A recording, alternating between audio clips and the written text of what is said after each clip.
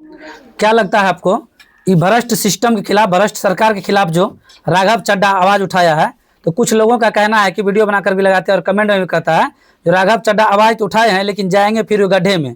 अगर आप सब सपोर्ट नहीं कीजिएगा, अकेला व्यक्ति अगर इतना कुछ कर सकता है ये भ्रष्ट सरकार के खिलाफ, भ्रष्ट कानून के खिलाफ, अच्छा क्या गलत कहा है उसने?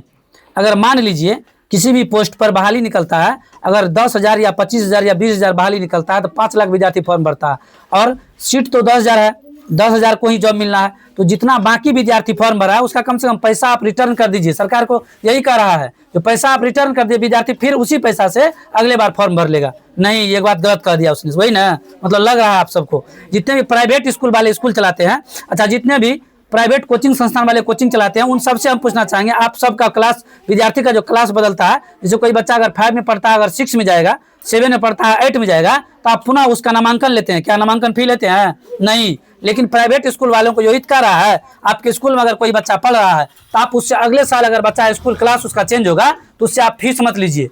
एडमिशन चार्ज के नाम पर जो वसूल रहे हैं, ये काला कानून जो ला रहे हैं एडमिशन चार्ज के नाम पर प्राइवेट स्कूल वाले, ये सब चीज मत कीजिए। आपके बच्चा अगर 1 में एडमिशन ले लिया है तो आप उसके, आपके यहाँ अगर 8 तक पढ़ाया तो 8 तक उसी एडमिशन पे आप महीना का फी लीजिए, एडमिशन आपका वही रहना चाहिए, ठीक है? वसूला जा रहा है तो ये काला कानून की तरह किया जा रहा है और इसने आवाज उठाया तो कुछ कुछ बात में सुधार हुआ है।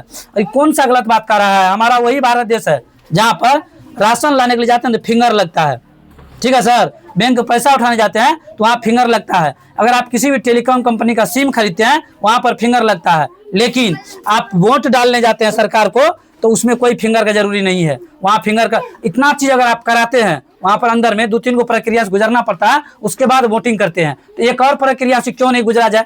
अगर विद्यार्थी एग्जाम में बैठता है तो एग्जाम में उसके चेहरा का स्कैनिंग किया जाता है, फिंगर से उसका मैच किया जाता है। अगर मैच नहीं होता तो एग्जाम नहीं दिया जाता है। उसी प्रकार से आप वोट डालते समय भी चेहरा को स्कैन कीजिए, फिंगर को मैच कीजिए, तब जाकर वोट डलवाइए जनता से, ठीक है? यही तो ये कह रहे हैं। देश के भ्रष्ट कानून के खिलाफ, भ्रष्टाचार के खिलाफ किसी ने आवाज उठाया है और इनका कहना है कि नरेंद्र मोदी जब इलेक्शन से पहले घोषणा किए थे, जिनके घर में 2 पहिया वाहन नहीं हुआ ना, स्प्लेंडर बाइक इलेक्शन के बाद फ्री में देंगे। किसको किसको मिला जरा कमेंट में बताइएगा। मतलब भ्रष्ट सरकार के खिलाफ, भ्रष्ट कानून के खिलाफ, करप्शन के खिलाफ अगर किसी ने आवाज उठाया है तो अब उसके खिलाफ क्या होगा? मुकदमा दर्ज करा करके उसके मुंह को बंद करवाने की कोशिश किया जाएगा। लेकिन हम सबसे कहना चाहेंगे, आप सब उसके साथ दीजिए, हम भी उसके साथ हैं, आप सब आदमी मिलकर साथ दीजिए।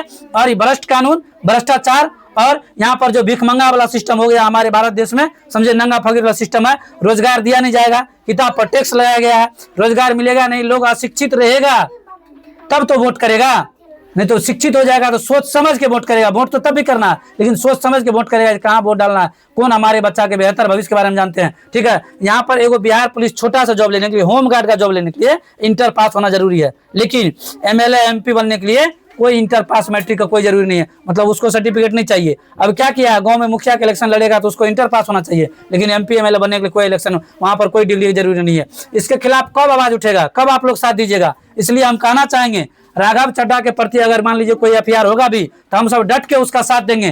और हमारा देश जो नीचे जा रहा है, थोड़ा सा प्रयास करेंगे, सब आदमी मिलकर के कोशिश करेंगे देश को बचाने का। नहीं तो बहुत दिन दूर नहीं है जब हमारा देश का सब चीज बिक चुका होगा। भारत देश को सोना का चिड़िया खाया गया था, कहाँ बचा है कुछ? सोना तो पा रहा है, चिड़िया बचा हुआ, उड़ रहा, फड़फड़ा रहा किसी तरह से, कर्ज लेकर के दूसरे देश से। कितना इकोनॉमी डूबा हुआ हमारे देश, भारत देश का, ये हम सबको पता है। नहीं पता तो गूगल करके देख लीजिएगा, ठीक है? बाकी कौन कौन राघव चड्ढा के साथ दे रहे हैं और ये भ्रष्ट कानून के खिलाफ साथ दे रहे हैं, और हमने जो कहा उसके खिलाफ कौन कौन साथ दे रहे हैं, कमेंट करके आप जरूर बताइएगा। Thank you.